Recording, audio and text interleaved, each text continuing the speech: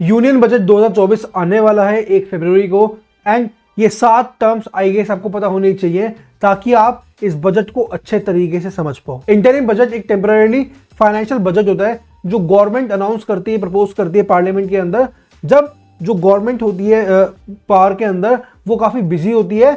अब उसके बहुत सारे रीजंस होते हैं, लेकिन one of the most important reason is जब इलेक्शंस आ रहे होते हैं एंड यू नो इस साल इलेक्शंस है, तो इसीलिए इस साल इंटरिम बजट आ रहा है। Next is economic survey. अब बजट के दौरान ये वर्ड बार बार आएगा, तो I guess you should know economic survey वो फ्लैगशिप डॉक्यूमेंट होता है जो सिग्निफाई करता है, समराइज करता है कि किस तरीके से हमारी इकोनॉमी ने ऑनगोइंग फाइनेंशियल ईयर के अंदर परफॉर्म करा है। Next is fiscal deficit. Fiscal deficit वो गैप होता है कि गवर्नमेंट ने लास्ट ईयर के अंदर कितनी कमाई करी एंड गवर्नमेंट का कितना एक्सपेंडिचर हुआ, एज सिंपल एज दैट। अब ये जो गैप होता है, इस गैप को भरा जाता है आरबीआई से लोन लेकर और बहुत सारे अलग अलग मेजर्स कर, बट फिस्कल डेफिसिट का ये मीनिंग होता है मेन। Next is inflation. वैसे तो आपको 100% पता ही होगा, बट फिर भी अगर आपको नहीं पता तो यू शुड नो, क्योंकि ये बजट को समझने में काफी हेल्प करता है। इन्फ्लेशन होता है वो रेट जिस रेट से किसी भी कंट्री में गुड्स के, सर्विसेज के, कमोडिटीज के प्राइसेस बढ़ रहे हैं।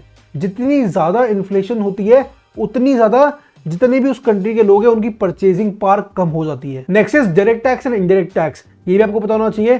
डायरेक्ट टैक्स तो वो होता है जो आप इनकम टैक्स पे करते हो या कॉर्पोरेट टैक्स पे करते हैं। डायरेक्टली उनकी जो भी इनकम हुई उस पर एक certain percentage according to the slab वो उन्होंने पे कर दिया, that is direct tax. Indirect tax होता है जो हर कोई पे करता है, जैसे goods and services tax, GST, उसके अलावा वैट, वैल्यू एडेड टैक्स, उसके अलावा एक्साइज ड्यूटीज। तो ये वो सारी चीज होती है जो इनडायरेक्ट टैक्स के अंदर आती है। अब आपने देखा होगा इनकम स्लैब में इनफैक्ट अभी भी आया है कि 5 से 7 लाख आई गेस, तो 7-7.5 लाख तक आपको कोई टैक्स नहीं देना, तो आप डायरेक्ट टैक्स नहीं दे रहे, लेकिन आप इनडायरेक्ट टैक्सेस तो फिर भी देते ही हो। Now everybody knows this, but चीजें मैं क्लियर करके चलता हूँ, आपने मेरी बाकी वीडियोस भी देखूंगी ताकि बेसिक से बेसिक चीज भी अच्छे से समझ में आ जाए।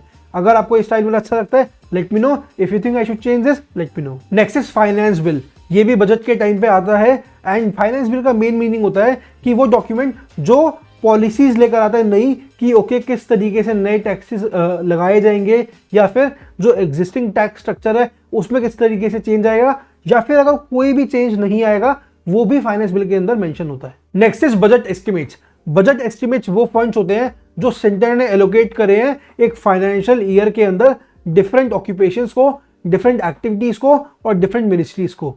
तो ये मेन कुछ कीवर्ड्स होते हैं जो बजट के टाइम पे आपको पता होने चाहिए। बजट के अराउंड मैं 3-4 वीडियोस और लेकर आऊंगा अलग अलग एस्पेक्ट्स को कवर करते हुए।